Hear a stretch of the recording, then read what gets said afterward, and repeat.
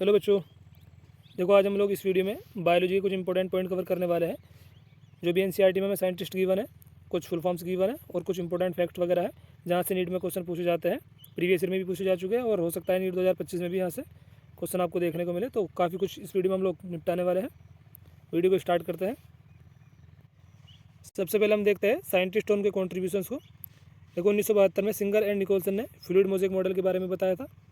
सिलेडिन और स्वान ने cell theory के बारे में बताया था।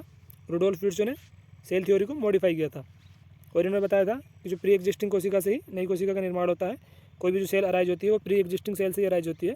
इसके बारे में बताया था रुडोल्फ विर्चो ने 1855 में। कैमिलो गोल्जी, इन्होंने गोल्जी बॉडी को डिस्कवर किया था। जॉर्ज पेलाडे ने राइबोसोम की डिस्कवरी की थी 1953 में। कैमिलो गोल्जी ने 1898 में गोल्जी बॉडीज़ के बारे में बताया था, डिस्कवर करा था गोल्जी बॉडीज़ को। रुडोल्फ विर्चो 1855 मॉडिफाई किया था इन्होंने सेल थ्योरी को। और सिलेडिन एंड स्वान इन्होंने बताया था सेल थ्योरी के बारे में। Triple helical model of collagen के बारे में बताया था जी.एन. रामचंद्रन ने। और लाइनस पाउलिंग ने बताया था अल्फा हेलिक्स और बीटा शीट स्ट्रक्चर के बारे में। एंटोन वॉन लीeuwenhoek सबसे पहले जीवित कोशिका को इन्होंने देखा था और इन्होंने एक लाइव सेल को डिस्क्राइब करा था। Triple helical model of collagen G N. Ramachandran ने बताया था इसके बारे में। और alpha helix beta sheet structure के बारे में लाइनस पाउलिंग ने। एंटोन वॉन लीeuwenhoek first saw and describe a live cell. सबसे पहले जीवित कोशिका को किसने देखा था? एंटोन वॉन लीeuwenhoek ने। और लाइव सेल के बारे में इन्होंने डिस्क्राइब करा था। नेक्स्ट पॉइंट है कैथेराइनिसाउ। कर्ली टॉप वायरस प्लांट में स्प्रेड करता है वाया फ्लोएम टिश्यू। इसके बारे में बताया था कैथेराइनिसाउ ने। और Madras school of conformational analysis of biopolymer के फाउंडर थे GN. Ramachandran. Curly top virus plant में स्प्रेड करता है फ्लोएम टिश्यू के द्वारा, ये बताया था कैथेराइनिसाउ ने। और जी.एन. रामचंद्रन ये फाउंडर थे Madras school of conformational analysis of biopolymer के। डी.जे. आइवानोव्स्की 1892 इन्होंने रिकॉग्नाइज किया था causal organism of the mosaic disease of tobacco. Tobacco में मोज़ेक डिजीज को करने वाले ऑर्गेनिज्म को पहचाना था डी.जे. आइवानोव्स्की ने। M.W. वेजनरेक 1898 इन्होंने बताया था contagium वायरम fluidum infectious living fluid के बारे में। और W.M. स्टानले 1935 इन्होंने वायरस को क्रिस्टलाइज किया था। टियोडाइनन इन्होंने वायरॉइड की डिस्कवरी की थी 1971 में। डी.जे. आइवानोव्स्की 1892 इन्होंने टोबैको में मोज़ेक डिजीज कोज करने वाले ऑर्गेनिज्म, यानी यहाँ पे बात हो रही वायरस की, उसको पहचाना था। और M.W. वेजनरेक 1898 इन्होंने infectious living fluid contagium वायरम fluidum के बारे में बताया था। और W.M. स्टानले 1935 इन्होंने वायरस को क्रिस्टलाइज किया था और वायरॉइड की डिस्कवरी की थी टियोडाइनन ने 1971 में। नेक्स्ट है कैरोलस लीनियस के बारे में 2-3 पॉइंट है जो आप लोग याद रखोगे। इन्होंने बाइनोमियल नोमेनक्लेचर के बारे में बताया था। Two kingdom system of classification के बारे में बताया था। और आर्टिफिशियल सिस्टम ऑफ क्लासिफिकेशन इसके बारे में भी कैरोलस लीनियस ने बताया था। बाइनोमियल नोमेनक्लेचर के बारे में और two kingdom system of classification और आर्टिफिशियल सिस्टम ऑफ क्लासिफिकेशन, ये तीनों पॉइंट जो है कैरोलस लीनियस के बारे में, आप लोग इनको याद रखना, कोई से भी आ सकता है एग्जाम में। ये लिख रहा है यहाँ पे बाइनोमियल नोमेनक्लेचर के बारे में बताया था कैरोलस लीनियस ने। इन्होंने बताया था कि कोई भी नाम हो उसमें 2 कंपोनेंट होता है, एक होता है जेनेरिक नेम और दूसरा होता है स्पेसिफिक एपिथेट। जेनेरिक नेम मेंजिफेरा और स्पेसिफिक एपिथेट इंडिका। मैंगो का जो बायोलॉजिकल नेम है, साइंटिफिक नेम, वह है मेंजिफेरा इंडिका। मेंजिफेरा इसमें जेनेरिक नेम है और स्पेसिफिक एपिथेट है इंडिका। तो ये बाइनोमियल नोमेनक्लेचर के बारे में कैरोलस लीनियस ने बताया था कि कोई भी नाम उसमें 2 कंपोनेंट होंगे, जेनेरिक और स्पेसिफिक एपिथेट। और एग्जाम्पल हमको बता रखा है लिविंग वर्ड चैप्टर में। मैंगो का देखें, मैंगो का बायोलॉजिकल नेम होता है मेंजिफेरा इंडिका। मेंजिफेरा यहाँ पे जेनेरिक नेम है और इंडिका स्पेसिफिक एपिथेट। न्यूक्लियस को डिस्कवर करा था रॉबर्ट ब्राउन ने 1831 में। और जोसेफ प्रिस्ले इन्होंने बताया था essential role of air in growth of green plant.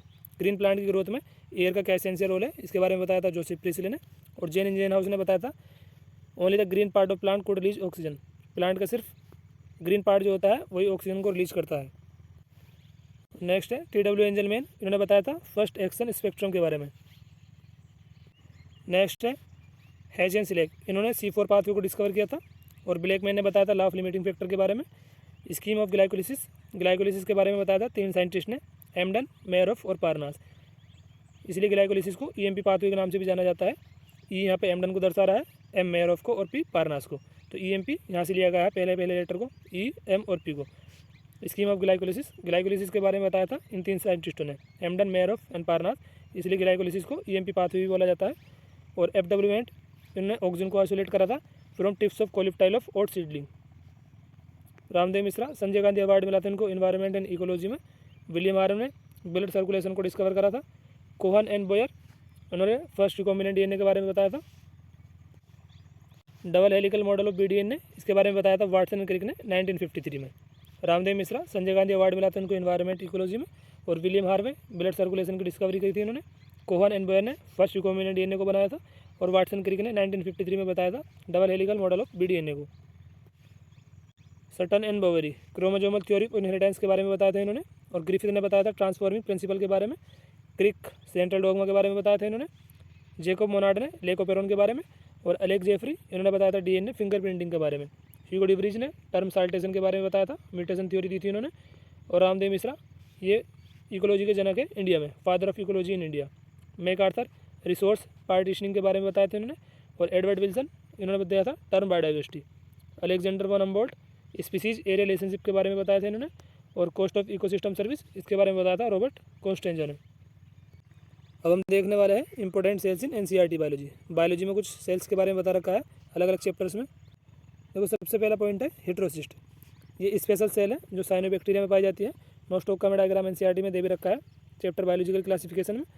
Special cell found in cyanobacteria जैसे नोस्टोक। और ये एटमॉस्फेरिक नाइट्रोजन फिक्सेशन में हेल्प करती है। स्मॉलेस्ट लिविंग सेल सबसे छोटी जीवित कोशिका है माइकोप्लाज्मा। कोनोसाइट और कोलर सेल ये पाई जाती है स्पंज में पोरीफेरा में। जो फिल्म सेल है ये पाई जाती है प्लेटियल मिंथीज में। और फिल्म सेल का काम होता है ऑस्मो रेगुलेशन और एक्सक्रीशन में हेल्प करना इनकी। स्टेटोसिस्ट ये बैलेंसिंग ऑर्गन है जो आर्थ्रोपोड में पाए जाते हैं। कॉन्ड्रोसाइट्स ये सेल्स है कार्टिलेज को बनाने वाली। और बोन सेल्स है osteocytes. Chondrocyte cells of cartilage, cartilage को बनाने वाली कोशिका है कॉन्ड्रोसाइट। और बोन को बनाने वाली जो सेल्स है उनका नाम है ओस्टियोसाइट। न्यूरोगिलियर सेल ये हमारे न्यूरल सिस्टम में पाई जाती है और इनका काम होता है न्यूरॉन को प्रोटेक्ट करना। Goblet cell intestinal mucosal epithelium में पाई जाती है और ये म्यूकस को सिक्रीट करती है। हिपेटोसाइट्स ये लीवर की कोशिकाएं होती है, लीवर में पाई जाने वाली कोशिकाएं hepatocytes. Juxtaglomerular cells of kidney ये प्रोड्यूस करती है पेप्टाइड हार्मोन जिसका नाम है इराइथोपोएटिन। एडिपोसाइट्स एडिपोस टिश्यू को बनाने वाली सेल्स है। न्यूरोसिक्रेट सेल ये पाई जाती है हाइपोथैलेमस में और ये कुछ हार्मोन को सिक्रेट करती है। पोडोसाइट्स सेल्स है बोमेन कैप्सूल्स की। अब हम देखने वाले हैं कुछ शेप्स को जो हमें बायोलॉजी में बता रखे हैं। पोलन ग्रेन का शेप होता है स्फेरिकल। पोलन ग्रेन शेप में कैसे होता है स्फेरिकल। Nucleus also spherical. और सेंट्रियोल सिलेंड्रिकल। माइटोकॉन्ड्रिया का शेप होता है सॉसेज और सिलेंड्रिकल। आरबीसी शेप में होती है राउंड और बाइकॉनकेव। म्यूजोफिल सेल होती है round and oval. Tracheid elongated. Columnar epithelium ये होती है long and narrow. WBC amoeboid होती है शेप में। नर्व सेल होती है लॉन्ग एंड ब्रांचेड। और ये सबसे लॉन्गेस्ट सेल भी है नर्व सेल। हेनली लूप की बात करें हेयर पेन बेंड लाइक। और स्टोमक जे शेप का ऑर्गन है। किडनी और स्प्लिन ये होती है bean shaped. Patella cup shaped. Bowman capsule double wall cup like की स्ट्रक्चर है। हाइट की बात करें तो क्रेंचिट फर्स्ट साइड बंद मुट्ठी का आकार का होता है हार्ट। ऑक्सीजन डिसोसिएशन कर्व होता है शेप में सिग्मोइड। डायफ्राम होता है डम शेप। स्मूथ मसल होती है फ्यूजिफॉर्म। रूट हेयर होता है थ्रेड लाइक और रूट कैप थिम्बल लाइक। टंग होती है फिर की बाइलोब्ड। वेजिटेटिव सेल्स में पाया जाने वाला न्यूक्लियस ये इरेगुलर होता है शेप में, इसका कोई रेगुलर शेप नहीं होता। जनरेटिव सेल होती है स्पिंडल शेप की। कॉकरोच के जो ओमेटिडिया है ये होता है hexagonal. Anther four side tetragonal structure है। और मोलस्का के जो गिल्स है ये होते हैं फीदर लाइक। रेडियोला होते हैं मोलस्का के फाइल लाइक। टेस्टिस होते हैं शेप में ओवल। यूटेरस इन्वर्टेड पियर लाइक। और फिम्ब्रियन क्लाइटोरिस ये होता है फिंगर लाइक। वासा रेक्टा और हाइड बोन यू शेप की स्ट्रक्चर है दोनों। ड्यूडेनम ये एक स्मॉल इंटेस्टाइन का पार्ट है ये होता है सी शेप। एक्सपोनेंशियल और ज्योमेट्रिक ग्रोथ कर जे शेप्ड। फीमेल कॉकरोच में पाया जाने वाला सेवंथ स्टर्नम बोट शेप। और anal style of cockroach thread like. Head होता है कॉकरोच का ट्रायंगुलर शेप में। और माइक्रोस्पेरेंजियम सर्कुलर होती है ट्रांसफर सेक्शन में। अब हम लोग देखने वाले हैं कुछ इंपॉर्टेंट यूनिट्स को। किडनी की फंक्शनल यूनिट है नेफ्रॉन। और इनहेरिटेंस की फंक्शनल यूनिट है gene. Functional unit of contraction की सार्कोमेर। और क्लासिफिकेशन की यूनिट है टैक्सॉन, रैंक या फिर कैटेगरी। न्यूरल सिस्टम की यूनिट है neuron. Anatomical unit of muscle muscle fibre और मसल सेल। मसल की एनाटॉमिकल यूनिट है मसल फाइबर। नेक्स्ट पॉइंट है functional unit of nature. Nature की फंक्शनल यूनिट है इकोसिस्टम। स्ट्रक्चरल और फंक्शनल यूनिट है सभी लिविंग ऑर्गेनिज्म में सेल। रिप्रोडक्टिव यूनिट है एंजियोस्पर्म में फ्लावर। स्ट्रक्चरल और फंक्शनल यूनिट है between developing embryo and maternal body placenta. Placenta structural और फंक्शनल यूनिट है between developing foetus and maternal body. अभी कुछ पीएच बता रखे हैं एनसीईआरटी में। सलाइवा का पीएच होता है 6.8। यूरिन का पीएच होता है 6। गैस्ट्रिक जूस का पीएच होता है 1.8। और ड्यूडेनम का pH 7.8 और ब्लड का होता है 7.4। pH of saliva 6.8, pH of urine 6, pH of gastric juice 1.8 और pH इन ड्यूडेनम 7.8 और ब्लड का pH होता है 7.4। अब हम लोग कुछ टर्म्स को देखने वाले हैं जो हमें बायोलॉजी में गिवन है। Term recombination and term linkage was given bye Morgan. Term mutation Hugo de Vries ने बारे में बताया था टर्म म्यूटेशन के बारे में। Term mutation was given by Hugo de Vries. Term chromatin was given by Flemming and term virus आई1 के द्वारा दिया गया था।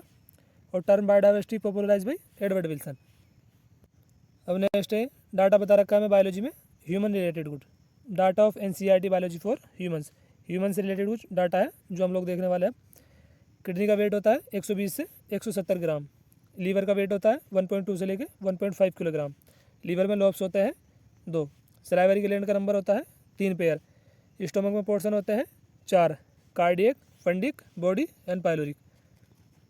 Cardiac, fundic, body and pyloric, ये 4 पोर्शन होता है स्टोमक में। कार्डियक, फंडिक, बॉडी और pyloric. Stomach store food for. Stomach में फूड स्टोर होता है 4 से 5 घंटे के लिए।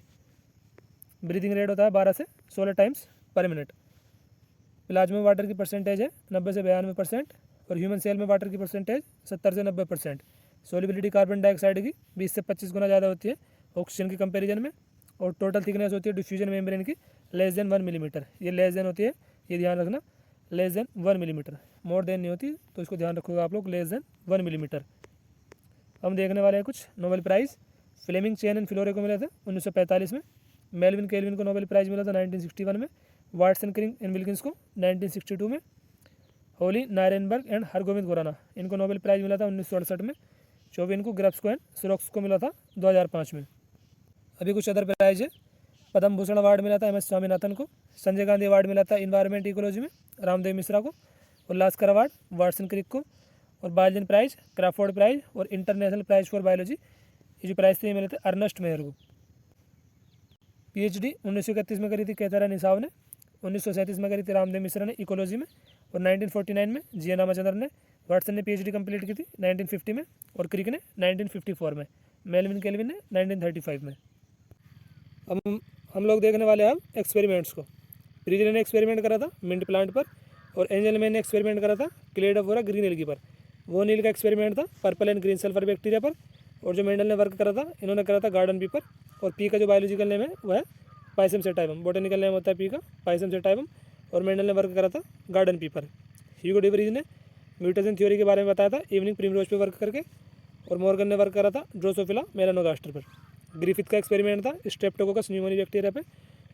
और हर्शे और चेस ने एक्सपेरिमेंट करा था बैक्टीरियोफेज पर। इन्होंने बैक्टीरियोफेज पे वर्क करके ये बताया था कि डीएनए जेनेटिक मटेरियल है। और ग्रिफिथ ने एक्सपेरिमेंट करा था स्ट्रेप्टोकोकस न्यूमोनी में और इन्होंने ट्रांसफॉर्मिंग प्रिंसिपल के बारे में बताया था। मिचेसन स्टाल ने वर्क करा था इकोलाई बैक्टीरिया पे और इन्होंने बताया था कि डीएनए सेमी कंजर्वेटिवली रेप्लिकेट करता है प्रोकैरियोट में। टेलर ने वर्क करा था विसिया फावा पे और इन्होंने बताया था कि डीएनए सेमी कंजर्वेटिवली रेप्लिकेट करता है यूकैरियोट में। इन्होंने बताया था यूकैरियोट में और इन्होंने बताया था मिचेसन स्टाल ने प्रोकैरियोट में। मेलविन केल्विन इन्होंने वर्क करा था एल्गल फोटोसिंथेसिस पर। अब हम लोग देखने वाले हैं साइज को। पोलन ग्रेन का डायमीटर होता है 25 से 50 माइक्रोमीटर। आरबीसी का डायमीटर होता है 7 माइक्रोमीटर। स्मॉलेस्ट लिविंग सेल है माइकोप्लाज्मा और इसकी लेंथ होती है 0.3 माइक्रोमीटर। लार्जेस्ट सेल है एग ऑफ एन ऑस्ट्रिच।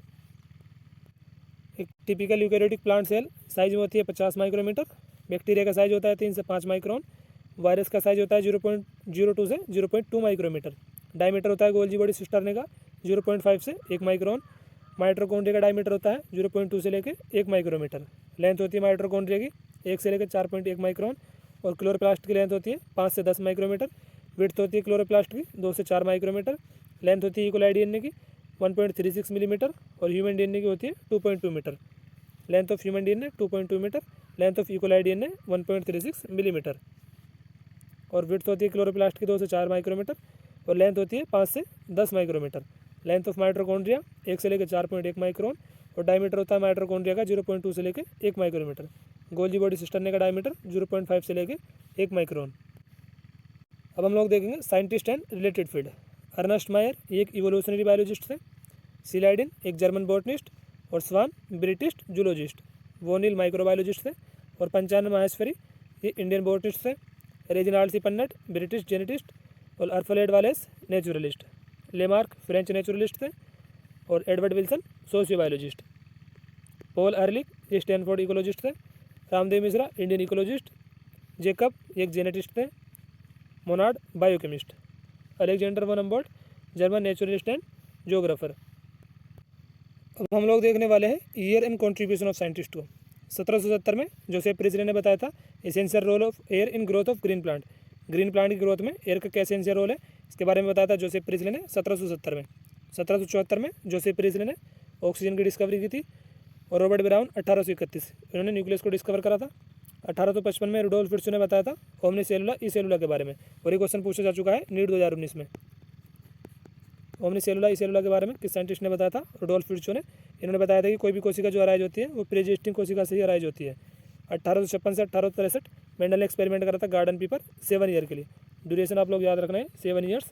1856 से 1863 ये क्वेश्चन भी पूछा जा चुका है नीट 2017 में। 1866 लैंगडन डाउन ने डाउन सिंड्रोम की डिस्कवरी की थी और 1869 फ्रेडरिक मिशन ने आइडेंटिफाई किया था डीएनए को, उसका नाम दिया था न्यूक्लिन। 1891 हैंकिंग ने डिस्कवर करा था एक्स बॉडी को। 1891 में फॉसिल डिस्कवर हुए थे जावा में होमो इरेक्टस के। Fossil discovered in Java of homo erectus. Blackman ने 1905 में बताया था लॉ ऑफ लिमिटिंग फैक्टर के बारे में। 1928 में फ्रेडरिक ग्रिफिथ ने बताया था ट्रांसफरिंग प्रिंसिपल के बारे में। इन्होंने एक्सपेरिमेंट करा था स्ट्रेप्टोकोकस न्यूमोनी बैक्टीरिया पे। सिलिकन फिश पकड़ी गई थी साउथ अफ्रीका में 1938 में। 1951 में फैमिली प्लानिंग प्रोग्राम की शुरुआत हुई थी इंडिया में।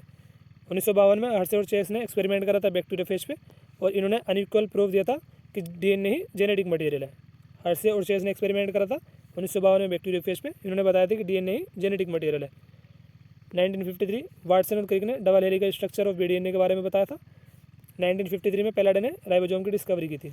1953 वाटसन क्रिक ने बताया था डबल हेलिकल स्ट्रक्चर ऑफ बीडीएनए के बारे में। 1958 मीजल्सन स्टाल ने एक्सपेरिमेंट करा था इकोलाई पे और इन्होंने बताया था कि semi conservative replication of DNA in prokaryote. DNA semi conservatively replicate करता है प्रोकैरियोट में। मीजल्सन स्टाल ने बताया था, वर्क करा था इन्होंने इकोलाई पे। 1958 में टेलर ने वर्क करा था विसियाफावा पे और इन्होंने बताया था कि डीएनए सेमी कंजर्वेटिवली रेप्लिकेट करता है यूकैरियोट में। ये पॉइंट मैं आप लोगों को पीछे बता रहा था। 1958 ईयर तो दोनों के सेम है और मीजल्सन स्टाल ने एक्सपेरिमेंट करा था इकोलाई बैक्टीरिया पे। टेलर ने वर्क करा था विसियाफावा फावा बीन्स पर और दोनों ने ये बताया था कि डीएनए सेमी कंजर्वेटिवली रेप्लिकेट करता है। लेकिन बस यहाँ ध्यान आप लोगों को ये रखना है कि यहाँ पे प्रोकैरियोट है और यहाँ पे यूकैरियोट है। 1969 आर.एच. व्हिटेकर ने बताया था 5 किंगडम क्लासिफिकेशन के बारे में। 5 किंगडम थे Monera, protista, fungi, Plantae, animalia. Monera, protista, fungi, Plantae and animalia. तो ये 5 किंगडम थे। और 1971 गवर्नमेंट ऑफ इंडिया ने एमटीपी को लीगलाइज किया था, मेडिकल टर्मिनेशन ऑफ प्रेगनेंसी को। एनसीपीसी का इस्टेब्लिशमेंट हुआ था 1972 में। एनसीपीसी की फुल फॉर्म आप लोग याद रखना, national committee for environmental planning and coordination. HGP launch हुई थी 1990 में और फर्स्ट क्लिनिकल जीन थेरेपी 1990 में हुई थी एक 4 ईयर ओल्ड गर्ल में। 1992 में अर्थ समिट हुआ था रियो डी जनेरो ब्राज़ील में और 2002 में हुआ था world summit South Africa Johannesburg में। 1992 में हुआ था earth summit Rio de Janeiro Brazil में और वर्ल्ड समिट हुआ था 2002 में जोहान्सबर्ग साउथ अफ्रीका में। अब हम लोग देखने वाले हैं फुल फॉर्म्स को जो अभी हमें बायोलॉजी में गिवन है। आईसीबीएन और आईसीजेडएन ये दोनों फुल फॉर्म्स गिवन है लिविंग वर्ड चैप्टर में। आईसीबीएन की फुल फॉर्म है international code for botanical nomenclature और ICZN international code of zoological nomenclature. NBRI national botanical research institute, NBRI situated है लखनऊ में। CDRI central drug research institute, LKO का मतलब होता है Lucknow. CDRI central drug research institute, IBG Indian botanical garden और PSTD potato spindle tuber disease. Bracket के अंदर अगर ऐसे लिखा हुआ है इस टाइप से, इसका मतलब है concentration of substrate. RRC respiratory rhythm centre और ये सिचुएटेड होता है ब्रेन के मेडुलर रीजन में और आरआरसी का फंक्शन होता है रेस्पिरेशन को रेगुलेट करना। GFR glomerular filtration rate, JGH extra glomerular apparatus, NF atrial natriuretic factor, GnRH gonadotropin releasing hormone, GH growth hormone, PRL prolactin, TSH thyroid stimulating hormone, ACTH adrenocorticotropic hormone, MSH melanocyte stimulating hormone और ADH anti diabetic hormone. इसके बाद है STD sexually transmitted disease, VD venereal disease, RTI reproductive tract infection, WHO World Health Organization, MMR maternal mortality rate, IMR infant mortality rate, IUDs intrauterine devices और OCPs oral contraceptive pills, STD sexually transmitted disease, VD venereal disease, RTI reproductive tract infection, WHO World Health Organization और MMR maternal mortality rate, IMR infant mortality rate, IUDs intrauterine devices और OCPs oral contraceptive pills, MTP medical termination of pregnancy, ART की full form है assisted reproductive technologies, ZIFT zygote intra fallopian transfer और GIFT gamete intra fallopian transfer. IFT का मतलब है intra fallopian transfer और Z का मतलब है जाइगोट और G आ जाए तो गेमीट। IUT इंट्रायूट्राइन ट्रांसफर और IUI intrauterine insemination, AIT artificial insemination technique और ICSI intracytoplasmic sperm injection, IVF in vitro fertilisation, ET embryo transfer, SCA sickle cell anaemia, PQ phenylketonuria और NHC non histone chromosomal protein. Next है SNRNA, S for small और N for nuclear और RNA as it is है। ऐसे यहाँ पे S का मतलब है हेट्रोजिनस, N का मतलब है न्यूक्लियर और RNA यहाँ भी एज इट इज़ है और यहाँ पे S का मतलब है सोल्यूशन, RNA यहाँ भी एज इट इज़ है। UTR untranslated region. नेक्स्ट है T3 ट्राइआइडोथायरोनिन, T4 टेट्राआइडोथायरोनिन, T4 को बोला जाता है thyroxine, TCT थायरोकेल्सिटोनिन, PTH parathyroid hormone, CCK cholecystokinin और GIP gastric inhibitory peptide, LHC light harvesting complex, PGA phosphoglyceric acid, OA ऑक्जेलो acetic acid, Rubisco राइबोलोज bisphosphate carboxylase oxygenase, NAD nicotinamide adenine dinucleotide, COA coenzyme है। NAD की full form है nicotinamide adenine dinucleotide, COA coenzyme है, TCA tricarboxylic acid cycle और इसी को बोला जाता है citric acid cycle, ETC electron transport chain, RQ respiratory quotient, PGR plant growth regulator, NA naphthalene acetic acid, 2,4D 2,4 dichloro phenoxy acetic acid, GA3 gibberellic acid और PMC pollen mother cell,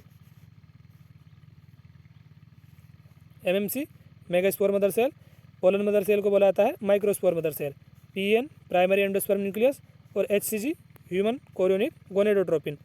next है HPL human placental lactogen, RCH reproductive and child health care, HGP human genome project, ELSI ethical legal social issues, BAC bacterial artificial chromosome, YAC yeast artificial chromosome, EST expressed sequence tags और SNP single nucleotide polymorphism. Next है VNTR की full form है variable number of random repeats, SCRR school of cytogenetics and radiation research, IRI Indian agriculture research institute और IRI situated है New Delhi में, CMI cell mediated immunity, MLT mucosal associated lymphoid tissue और AIDS acquired immuno deficiency syndrome, HIV human immuno deficiency virus, ELIS है enzyme linked immunosorbent S है, NACO national AIDS control organization, NGOs non governmental organization, CONC cellular और ONC यहाँ से लिया गया है, C यहाँ से, C का मतलब है सेलुलर और ONC oncogene, CT computed tomography, MRI magnetic resonance imaging और LSD lysergic acid diethylamide, LAB lactic acid bacteria, STP sewage treatment plant, BOD biochemical oxygen demand, DO dissolved oxygen, KVIC Khadi and village industries commission,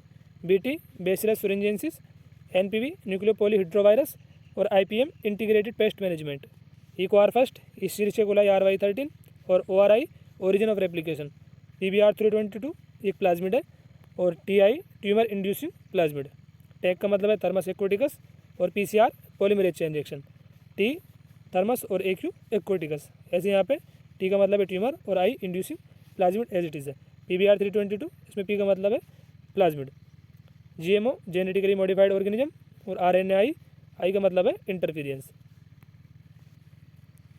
next है ADA adenosine deaminase और GEAC genetic engineering approval committee, INSA Indian national science academy,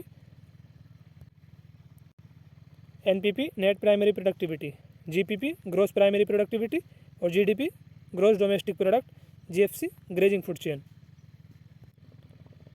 GMO की full form है genetically modified organism, RNAi। RNA यहाँ पे as है और आई का मतलब है interference. ADA adenosine deaminase, GEAC genetic engineering approval committee, INSA Indian national science academy, NPP net primary productivity, GPP gross primary productivity, GDP gross domestic product और GFC grazing food chain. इस video में हम लोगों ने biology कुछ important points cover करे हैं। इस वीडियो में हम लोगों ने देखा है जो बायोलॉजी में साइंटिस्ट गिवन है, कुछ फुल फॉर्म्स गिवन है और जो pH वगैरह बता रखे हैं, कुछ इंपॉर्टेंट पॉइंट्स मैंने आप लोगों को कराए हैं। कल वीडियो आने वाली है कॉकरोच के ऊपर, उसका मैं कंटेंट बना रहा था तो नोट्स वगैरह भी बन नहीं पाए। कल वीडियो आ जाएगी कॉकरोच के ऊपर। इस वीडियो को बस यहीं पे एंड करते हैं, मिलते हैं कल अगली वीडियो में। थैंक यू दोस्तों।